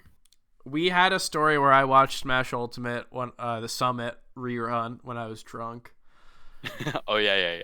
That was the story. This is a new story. Right. I was sober and was bored, okay. And I saw Nairo was the only Smash person streaming, and yeah, one of his sponsors or not sponsors. It flashes on the screen. It says Cameo /Nairo or something. Damn. So you could have him say whatever you want.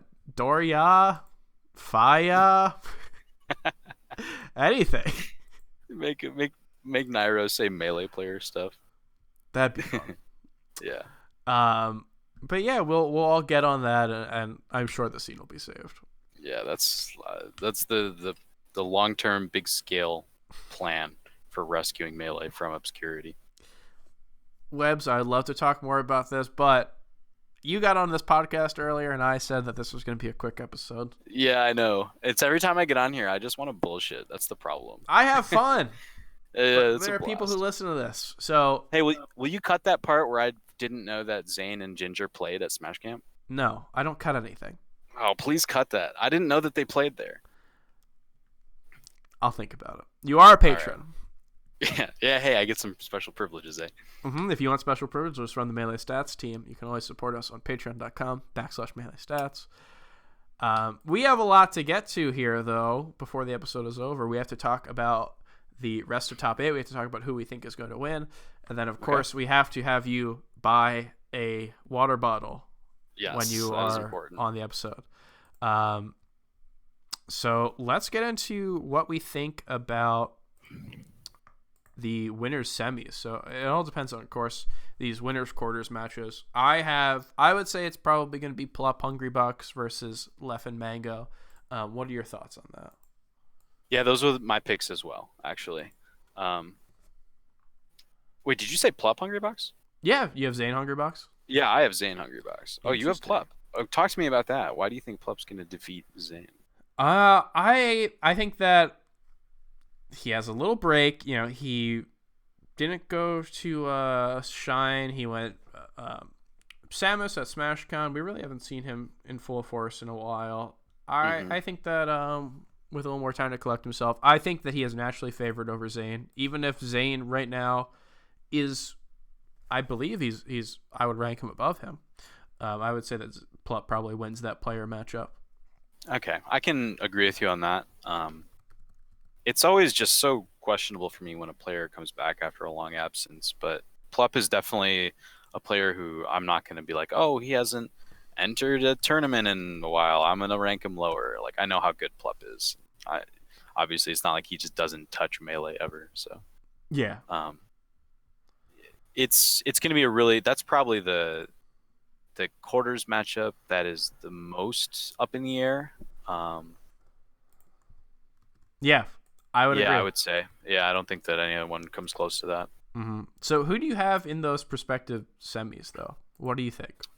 I'm thinking HBox is just going to continue. Yeah, I think to that's deal fair. with Zane. Regardless of whether it's Zane or Plup. If it's Plup, I pick HBox even harder, to be honest, at this point. It's been rough for him this year. Yeah, it's really been brutal, and especially Plup coming back to be making character switches. Although, who knows? Maybe Plup's just going to play a ton of Fox beforehand if he's really taking it seriously. But regardless, I'll take HBox on that side. And I'm actually going to go ahead and go with the Leffen Hungrybox Winners Finals again. Mm-hmm.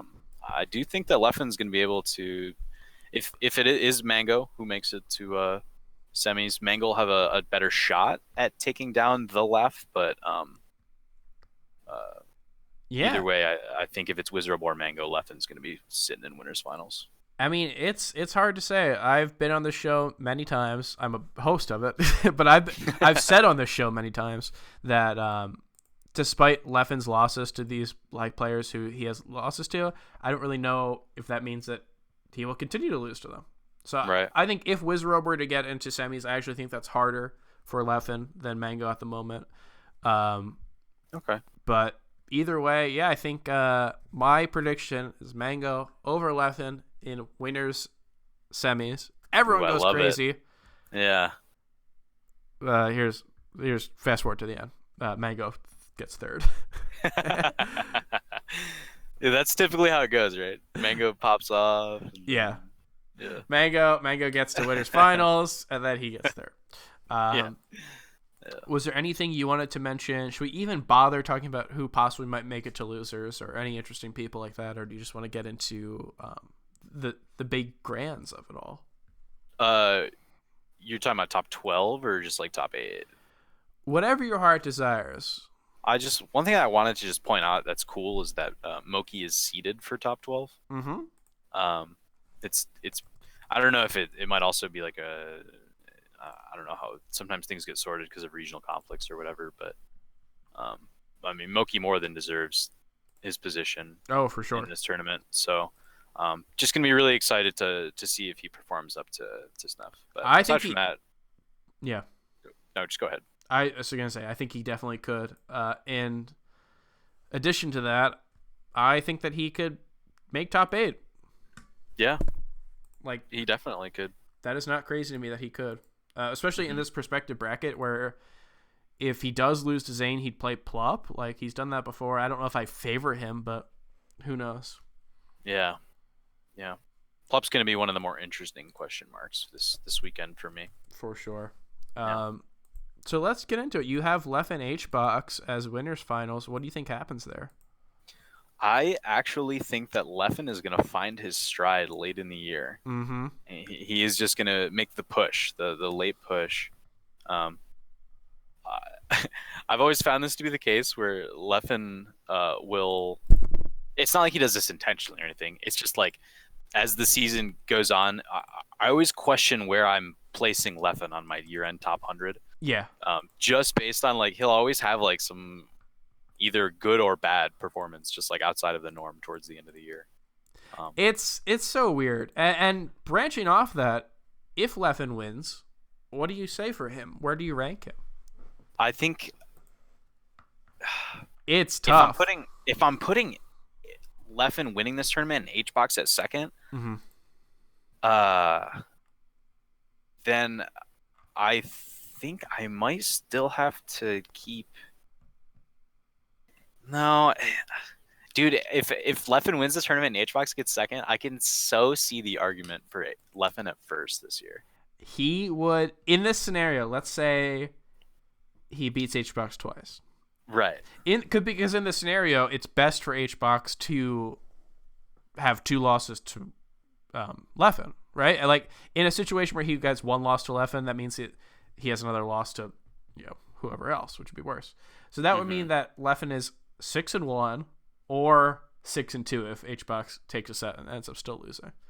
Yeah. So if you have a world where HBox ends up being 6-1 versus one top player, and he's currently 1-3 versus Wizzy as it stands right now. So if that gets affected what's his record versus Amsa right now?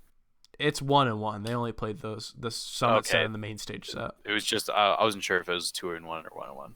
No, yeah. So he's attended more than anyone else by far. So he has some weird losses. But if you look at him versus the other like top players in a situation where he's like 1-6 and then 1-3 or 2-3 or something, it's tough to say. And that like the little tidbit that I mentioned earlier would just be further where he would never have won a tournament this year that his 2 rivals for the top spot attended. Yeah.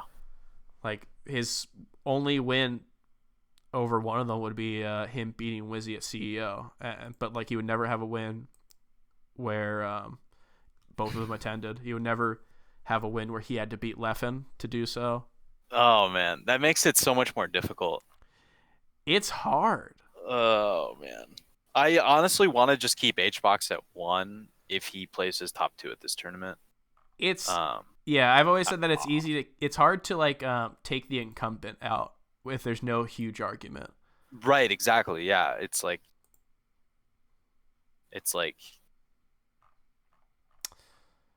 what do you call it? Where you have somebody who's guilty, but you have to prove it, right? Yeah, you have to prove it within a shadow of the doubter. Yeah. I don't know anything about law. I don't know anything about law either, but I think that we could represent ourselves, and I think it would be fun. We'd be great. Yeah, so you have Leffen taking this whole event, huh? Yeah, I do. I'm a big fan of the Leff, and I think he's going to be able to do it. I say he takes it through losers. Just to make it a little fun, he loses to Mango, takes us through losers. Ooh, and I love it. I do the thing That's a really cool tournament, actually. That would be, it's just wish fulfillment at this point. I want that to happen. Yeah, that'd be so sick. I think it would be incredibly cool. And I think, man, if he were to win, I would be forced to put Leffen at first. Whether or not I do that, and I still do the thing where I am a wimp and I tie HBox for first, I don't know, but I would put Leffen as the number 1 spot, solo or otherwise. What about this? What if Leffen loses in semis? Okay.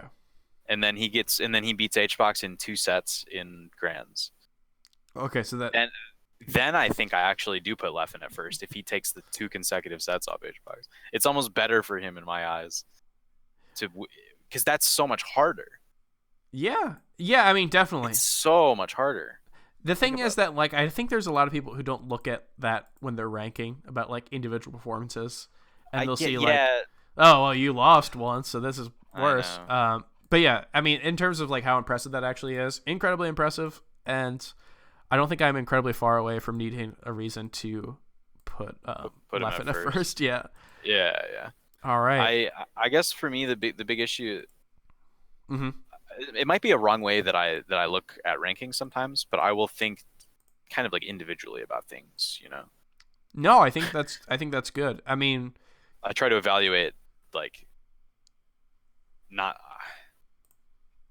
maybe. Do you think I should value placings more than I do? Because I try to just look at like set counts and players that people played.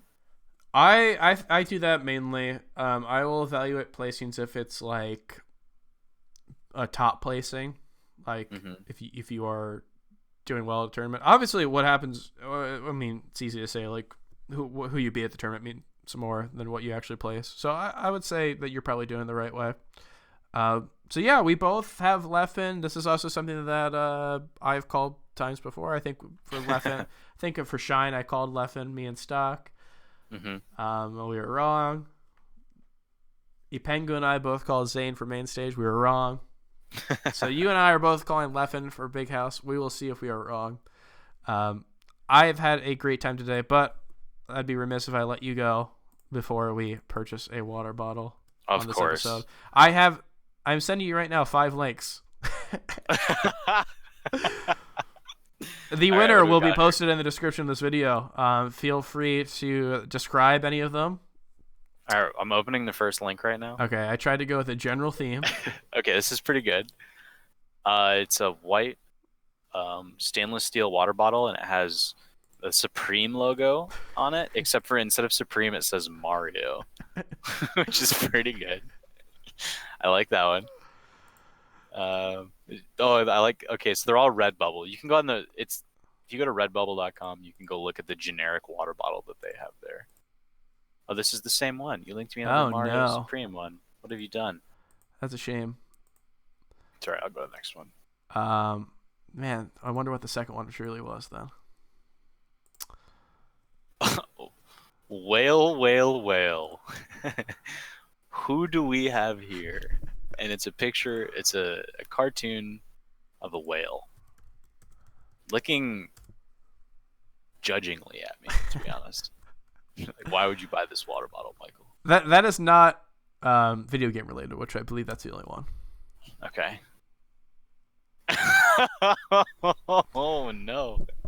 Conky Dong water bottle. It's Donkey Kong but completely hairless on a water bottle. Still, and with it's the tie. horrifying. It is. Yeah, he does have the tie on. At least he's wearing some clothes. Yeah. Not bad. We got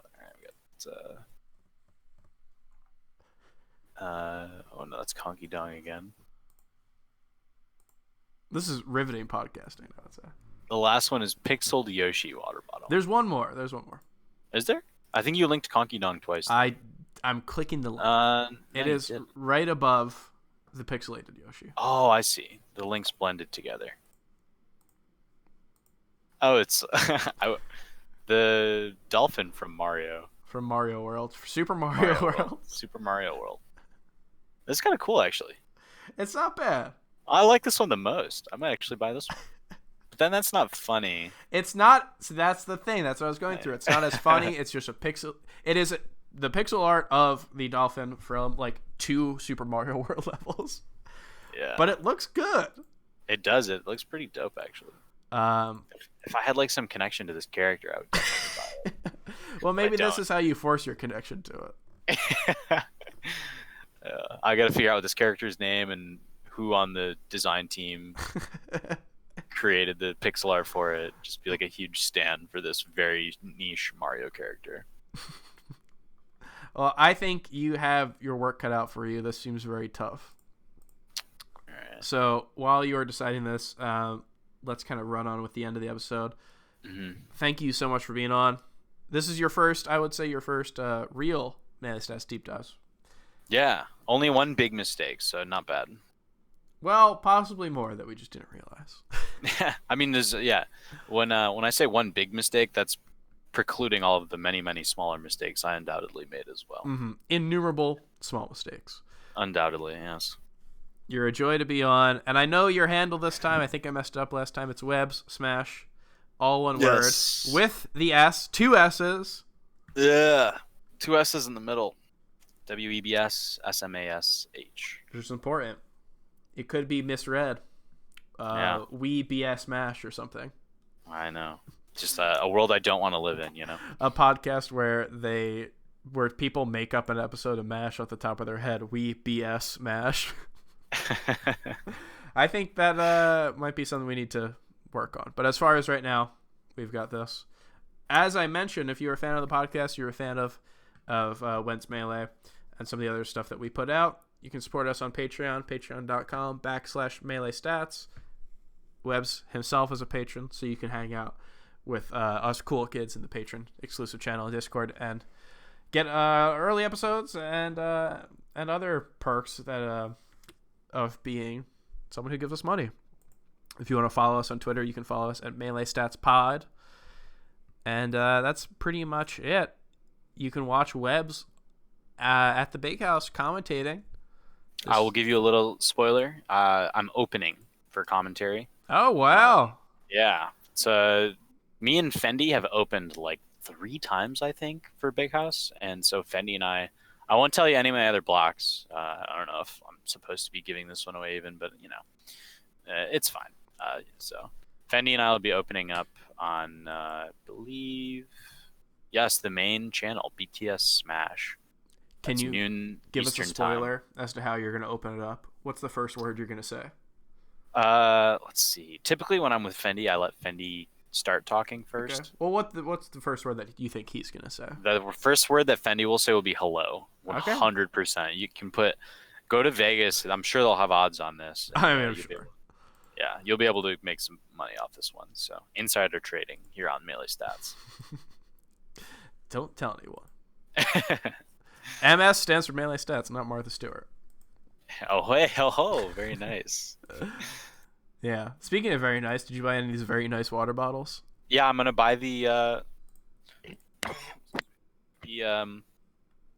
I don't know. I can't decide which one I'm gonna buy. That's fine. I feel like I want to buy the Dolphin water bottle, just because it's the only one that I think is acceptable to buy.